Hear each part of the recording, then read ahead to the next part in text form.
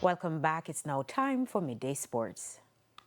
Jamaica Sunshine Girls have won the inaugural Margaret Beckford Trophy after defeating South Africa 59-47 in the second game at the National Indoor Sports Centre on Wednesday night to take an unbeatable 2-0 lead in the three-match netball series. The Jamaicans led throughout the contest with an 18-13 lead after the first quarter, 34-26 at halftime, and 50-36 after the third quarter before completing their 12-goal victory.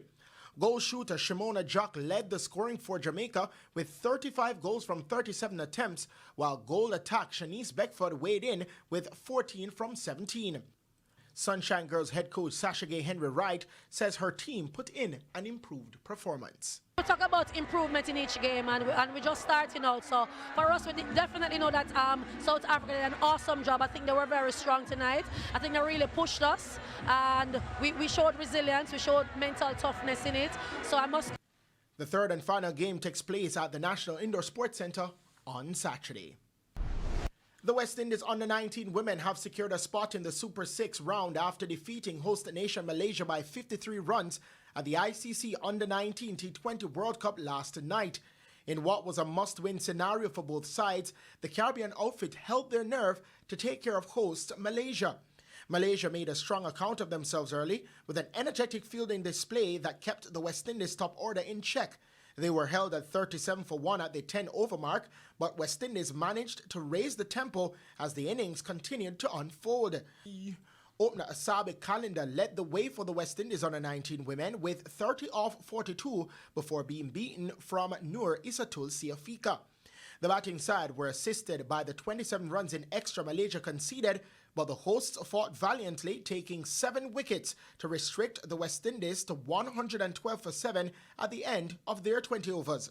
Malaysia got off to a promising start with the bat, held together by captain Nur Dania Sayuhada's presence at the crease, but when she departed for 12 off 17 balls, the lineup collapsed. The hosts were all out for 59 off 18 overs thanks to some strong bowling from West Indies skipper Samara Ramnath, who took 4 for 6 from her 4 overs. Look, I mean, it's a really great experience winning our first game in this group stage. I think it boosts our confidence going into the Super 6.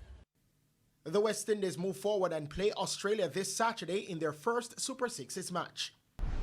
And finally, leaders Mount Pleasant and defending champions Cavalier will renew their rivalry in one of 4 matches scheduled today for the Ray and Nephew Jamaica Premier League.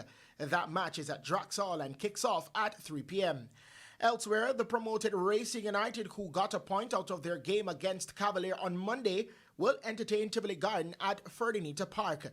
And in the 2 late games, Arnett Gardens will host Malines United, while Humble Iron will travel to the Montego Bay Sports Complex for their game against Mabay United. Both of those games kick off at 6:30 p.m.